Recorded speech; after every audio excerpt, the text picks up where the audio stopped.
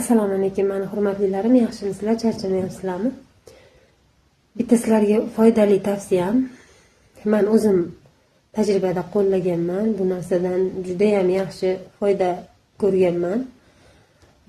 Sog'lik uchun foydali juda ham. Endi buni 3 ta o'rik qoqi. Shevada turshagam deyiladi.